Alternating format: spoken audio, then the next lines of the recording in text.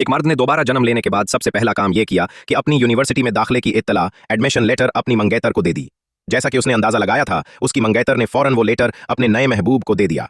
मगर जब वो नया आदमी खुशी खुशी यूनिवर्सिटी दाखिला लेने गया तो ये देखकर चौंक गया कि वो लेटर तो बस एक खाली कागज निकला। ये दोनों मर्द और औरत सोच भी नहीं सकते थे कि ये मर्द अपनी पिछली जिंदगी की याद के साथ दोबारा पैदा हुआ है। पिछली जिंदगी में वो एक ज़हीन तालिब इल्म था, लेकिन अनोखे तरीके से इम्तिहान में नाकाम हो गया। आखिरकार वालिदैन के दबाव पर इसी औरत से शादी करनी पड़ी। इस औरत की खिदमत और साथ का बदला चुकाने के लिए उसने बीमार सास की देखभाल की, छोटी बेटी को पाला और 40 साल तक उस घर के लिए मेहनत की। मगर बीवी ने मरने से पहले उससे कह दिया, 40 साल की शादी में मैंने कभी तुमसे मोहब्बत नहीं की। इंसान मरे तो कर्ज खत्म, मगर तुम्हारा वो एडमिशन लेटर और मेरे साथ के ये 40 साल का हिसाब। अब जाकर वो मर्द हकीकत जान पाया। उसके पिछले इम्तिहान की नाकामी की असल वजह यही थी कि उसकी बीवी ने उसका एडमिशन लेटर ही छुपा दिया था। पिछले 40 सालों में उस औरत का नया शौहर यूनिवर्सिटी की तालीम की बदौलत हर किसी पर रोब डालता रहा। यहां तक कि उनकी अपनी बेटी ने भी अपने बाप को इसलिए हकीर जाना कि वो तालीम याफ्ता नहीं था।